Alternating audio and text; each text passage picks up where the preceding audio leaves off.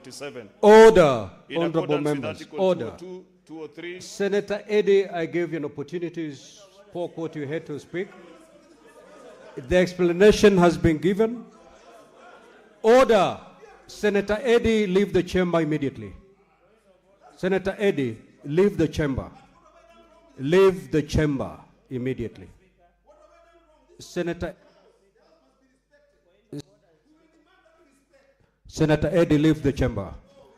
If you don't leave in the next few seconds, Sergeant at Arms, escort the member out of the chamber.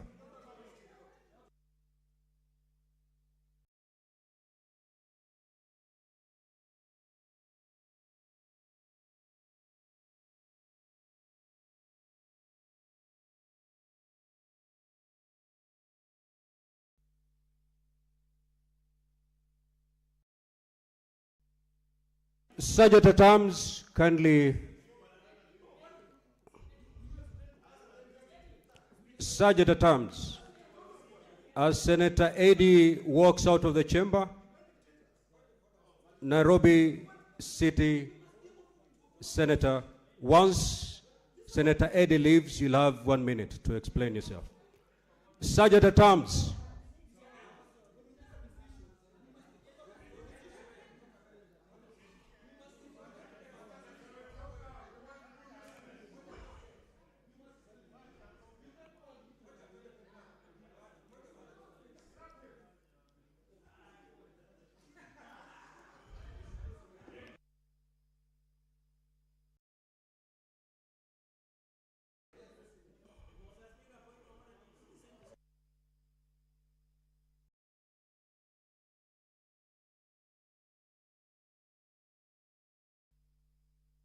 Senator Mazayo, kindly take your seat. Senator Mazayo.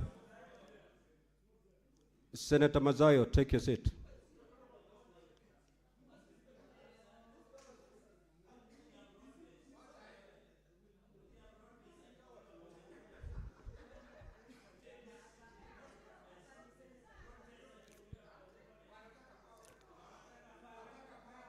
Order, honorable senators, let us be orderly.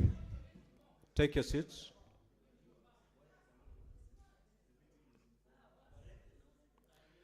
Yes, Senator for Nairobi City County.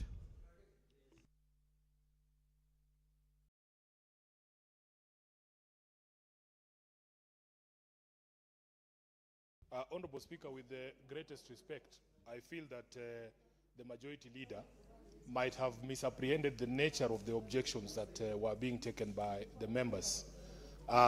The objection was, Honorable Chair, that because the decision was a collegiate decision of the House, once the leadership of the House met, at the very minimum, the House should have been informed so that people know that at the next sitting, there is going to be this matter being reintroduced after everybody has been brought on board as to the reasons. Number two, Honorable Speaker, there are certain expectations that we